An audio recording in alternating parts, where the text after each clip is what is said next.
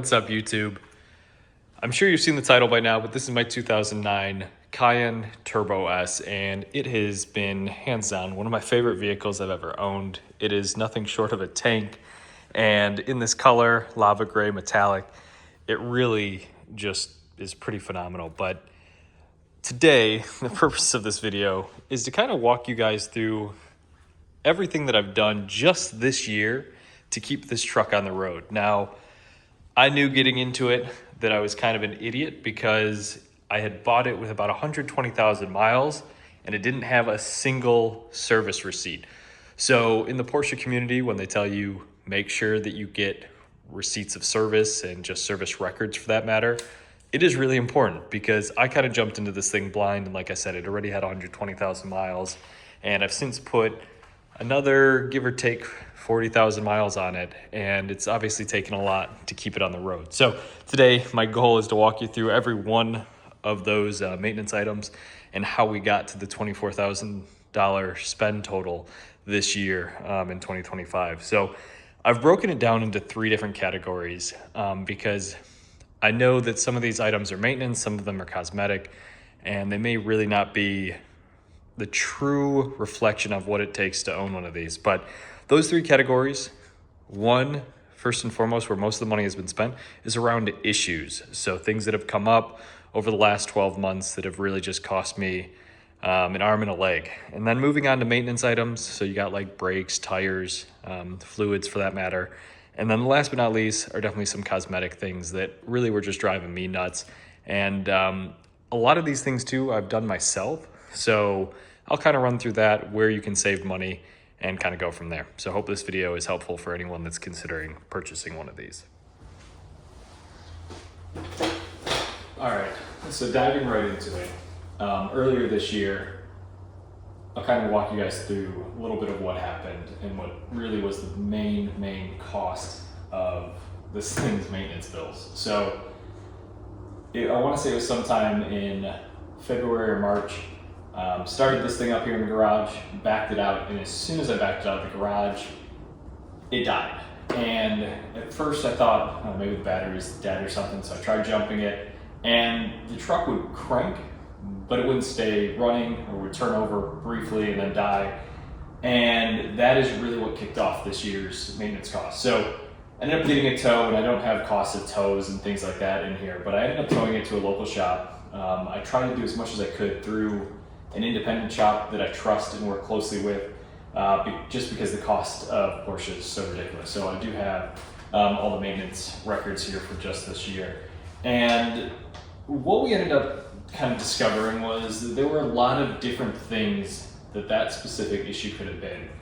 And needless to say, that is where a lot of my labor costs and stuff came into play, because we really didn't know what we were getting into. You know, there were no codes, there was no reason for why the truck was doing what it was doing. And when we plugged in the computer, it said everything was fine, even though it wouldn't run. So, long story short, my main first shop thought that it had something to do with the fuel pumps. Now, this truck has 3 fuel pumps. I believe 2 low pressure ones, and then the dreaded high pressure fuel pump that is the most costly of it all. So what they ended up doing was diagnosing a lot of different little things that led up to that. And I'll kind of go through that list here. So obviously removed the intake, tested injector pulses, tested all the fuses, tested all the relays, tested all the grounds. So they did rip apart the interior, kind of checking all the grounds. And that was the starting point.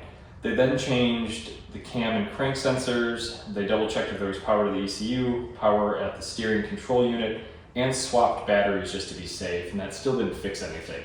So that is what led to the replacement of the 2 fuel pumps in the back, and it still didn't do anything.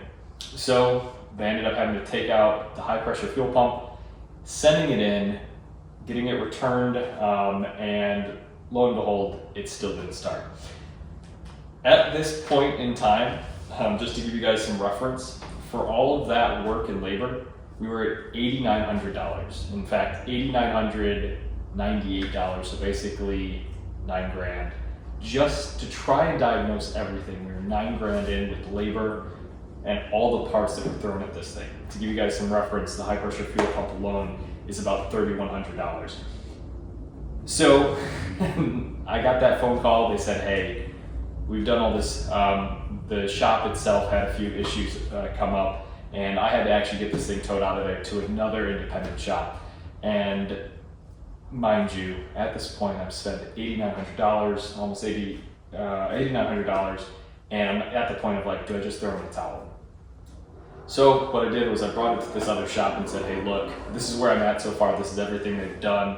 And is there anything you guys can help me out? Now, fortunate enough, they're a really nice shop, and they took the time to actually go even further than what the first shop did. And they determined that it was the DME. So the DME is basically the brains of the truck, similar to like an ECU.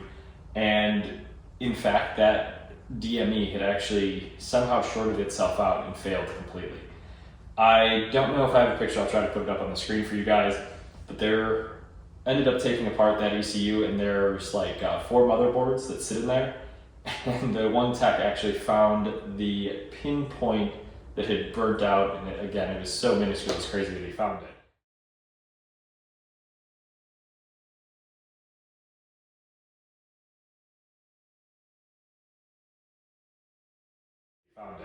And we had to send out for a new DME. Now, to give you guys some context, to do all that work and the cost of the DME, it was another $3,000. So at this point, just to get this thing back on the road, and mind you, it was down for like 3-4 months of them trying to do all this between the two shops. Just to get it back on the road, we're looking at about $11,000. It ended up being DME all along, but now I have a high pressure fuel pump and 2 new fuel pumps in the back. So that is what kicked off the year. Again, we're kind of in the maintenance issues thing. So fuel pumps, all 3 of them, that list that I went through earlier, just diagnosing, and the DME puts this at about $11,000. So let's move on to the next item. Okay, now that we're done with the front, we'll move back here. And you might be wondering, hey, why are you working on the back seat, or what's going on back here?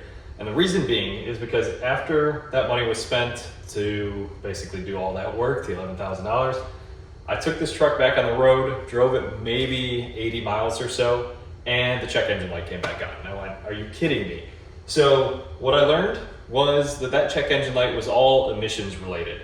And there was some sort of leak throughout the system, and that second independent shop determined that it was twofold. One was my fuel vapor detention pump had failed. And that is about a $600 part. And mind you, I'm going through an independent shop, so I can only imagine what these costs would be through Porsche or an actual dealership. But it was another $600 for that fuel detention pump. And they also determined, what I meant by twofold, was that the seals in the gas tank, which sit kind of under the back seat here, the seals basically had sealed improperly. So when they put those fuel pumps in, the seals are kind of delicate. They're only like $10, but to get to them is a whole bunch of labor. This whole back seat needs to come out. They need to undo a few pieces, and needless to say, it's a big job. That total for all that work was another $2,060, and I was just already in awe over the work that was done earlier, and now I had to spend another $2,000. So it was really starting to hurt, and I'm really questioning at this point, do I keep this truck, do I not? But because I'm so deep at that point, I'm like, you know what, screw it. Here's the $2,000, fix it, and we'll hope for the best. The good news is, mechanically, the truck hasn't given me any issues since. But there was one other issue that came up, and I'll walk you through that in a second, and that is not on, from a maintenance standpoint, it's not on the shops, it's not on me, but more so, it's a Porsche quality issue. And like I said, I've made a separate video on this specifically, but unfortunately, I had one of them break again just this year, and I'll walk you through that. All right, so you may be wondering what could possibly have gone wrong next, and it is all relative to this key. Now, this is arguably still one of my favorite keys ever made because it's in the likeness of the Porsche Cayenne. It has lights, the shape, everything. It actually is made to look like the truck. Unfortunately, these keys, I wouldn't say are necessarily delicate, but I've had some really bad luck with them. So much so that I've actually had to order about 5 of these over the last 2 years. Earlier this year, after we got the truck back on the road and all this work done, I went to unlock the car and the unlock button stopped working. And by feel, because I had already gone through so many keys before, I could tell that the little piece that's soldered to the motherboard that's meant to actually do the unlocking had fallen off. If you shook the key really hard, you could hear that there was a little piece moving around. And unfortunately, when it comes to keys in Porsches, you cannot go to an independent shop. You can't go to your local key maker or key locksmith rather. You actually have to order it through Porsche directly. To order one of these keys, and this is actual list price, is $674.70. So about $675 for a key alone. Kind of a crazy thought, just to order the key. The key's cut to your car, but you still have to pay for programming. So after I got the key for $675, it was another $350 to program it. So just for the key alone, I was a little over $1,000 to get this key working again. And mind you, I'd ordered so many of these that it really is a Porsche quality issue. But this was another $1,000 that I really didn't expect to spend this year. And unfortunately, with my luck, the key broke again. Fortunately, the key works perfectly now. We don't have any issues. It starts, it locks, it unlocks. I'm just crossing my fingers that we don't have to buy another key. But I did add that to the maintenance list, or an issues list rather, because it's really not something that you should be getting all the time. Had to share that with you all as well. Let's move on to, I guess the next order of business is maintenance item. And again, some of you may say, hey, this doesn't really count, but it does count to the total cost of just this year's totals. So I want to make sure you guys see it. So we'll go to that next. All right, moving on to this whole setup. And I guess the first thing that came up was really around brakes. After driving a little bit, again, I got a little warning on my dash that brake sensors, or pad sensors. So these brakes have sensors that monitor the brake pad life. And my brake pads had actually been coming close to the end. And I had known when I bought this thing a few years ago that I was gonna need brakes at some point. There was a huge lip on the rotor, and that's like a telltale sign that you're gonna have to get brakes. And I was just kind of waiting until something came up. Well, this was my lucky year, and of course that sensor came up, and I knew that I was gonna have to do a brake job. What I didn't know about brake jobs, being a Turbo S, these two-piece rotors, or first and foremost, the rotors are a two-piece. And don't get me wrong, they're a great looking rotor, they perform unbelievably well, but they are astronomically expensive. To give you guys a sense of this, each front rotor is a little over $1,000, $1,083 to be exact. And that is a Porsche price. They're pretty much the only ones that make them. There's probably a few other shops out there that you might be able to get them cheaper, but they're $1,083 a piece per rotor in the front. So in the front alone, you're looking at about $2,100 in rotors. Fortunately, the back rotors aren't as bad. They're about $240 a piece, so a total of $480 in the back. And between brake pads, front brake pads are pretty expensive, $499 for, I guess, the set. And then rear brake pads are $400. So it's kind of interesting. Pads are about the same price. It's only $99 more for the front pads, even though they're bigger. And then when you're doing all of this, there's a few things that's recommended. One, obviously, just replace the sensors. All four sensors are pretty cheap. I think they're $46 a piece, give or take. And then when you're doing a brake job, you should probably just flush the fluid and put new fluid in as well. So most of the cost was really around these front rotors. But because of that, the entire brake job came out to be with tax, because I have an 8.25% sales tax here in Illinois. The total came out to $5,000, actually $5,011, just to do a brake job on this thing. Now, that is really kind of crazy when you think about it for just a brake job, so rotors, pads, etc. And I probably could have gone a cheaper route, like I said, and had done single piece rotors or some of the aftermarket pieces. But because I'm this far this year, I figured why not, and we ended up doing a brake job. Now, shortly thereafter, I realized kind of coming into winter that I was going to need tires as well. I replaced the tires about 2.5 years ago. Like I said, maybe 30,000 miles ago, 35,000 miles ago. And it was about that time to get new tires. And because this truck weighs so much, it pretty much eats through tires a lot quicker than majority of cars. At least that's kind of what I've seen. And it is a high performance truck. It makes about 550 horsepower. So of course, you know, with spirited driving, these get worn down pretty quick. And taking a look for the tires, again, I went to a local shop that I trust, and I probably could have just ordered tires offline, but because the shop will price match anywhere, I always make the recommendation, look at Walmart. Walmart has the cheapest tires. Bring that to a shop that matches, and you should be able to run with it. So to give you guys a sense, I went with the Continentals. I believe they're called the Extreme Contacts. They're an all-season tire. They're really, really good tires. I pretty much ran this on every car I've owned except the Evo, which runs Toyos. But beside the point, each one of these tires is about $350 a tire, and that comes out just in tires alone, a little over $1,390 just for a set of tires. But then you have install, things along that nature.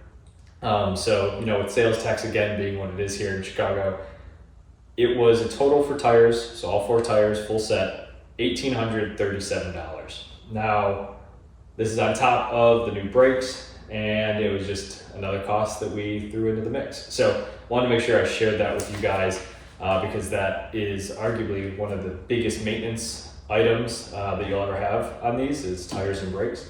And then, of course, fluids.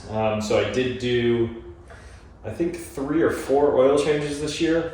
I believe 4 oil changes, and an oil change is about $300. And you might be sitting there going, holy crap, that's a lot of money, and it is. But you have to understand, this thing takes 10 quarts of oil, and you need to change that every 3,000 miles if you want to keep this on the road. So I've done 4 oil changes already just this year, and at $300 a pop, that's about $1,200 in oil changes. I'm doing that all here because we're at the front of the truck, but just something to note that those are my maintenance items this year. So $5,000 in brakes, $1,800 in tires, and $1,200 in oil changes. Let's move on to now what I think are just cosmetic issues, things that really bother me. Okay, for these last 2 items, because they're all cosmetic, I'm gonna actually stay behind the camera and just kind of show you guys. So, when I bought my truck, it was missing these door sill rail plates or kick plates. I don't know what they're called. And that is because they're really common to just break off. Obviously, when you're coming in and out of the truck, these clips break, you hit them with your feet, and they'll fall off. But it was missing from all 4 corners of the car. So 4 pieces, again, this little black trim piece. It was missing on both sides, and I made a separate video of this. But all 4 of those pieces from Porsche, plus I believe the 16 clips that are needed to put them in, was $312. And again, that is nothing more than an aesthetic piece, but it was driving me crazy every time I looked and there were holes in the truck. I was like, what goes there? For the longest time, I thought it was rubber trim seal, but it was in fact those door sill rails. So that is the first item. Then, when it was at the shop most recently, I want to say for one of those last oil changes, I realized that my truck had always been missing these underbelly pans. And if you notice, they go all the way back. There's some ducting for the brakes because it is a Turbo S. And I didn't have any of those. I didn't have any underbelly pans, and there was about, I want to say 3 that I was missing. In total, those were roughly $600. I'll put the exact total on the screen to our counter. But those 2 issues were nothing more than cosmetic related. They were driving me crazy. One other thing that I really went back and forth on this year was gonna be redoing these wheels because they do need to be redone at some point. But I think I'm gonna hold off now, at least until next year, because of how far along we are this year. But remember, there is no such thing, guys, as a cheap Porsche. Porsches are expensive for a reason. There's a lot of costs associated to keep them on the road. To give you guys some insight, this truck was $134,000 new. That was give or take 16 years ago, and it was inevitable that it was gonna cost some money to keep it on the road. I just didn't know that that was all gonna hit this year. So I wanted to share this video with you all. Hopefully it was useful. Hopefully you guys can watch this before you consider purchasing one. But I will tell you this, I do not regret a single decision in purchases this year because this truck is still one of the best things I've ever owned.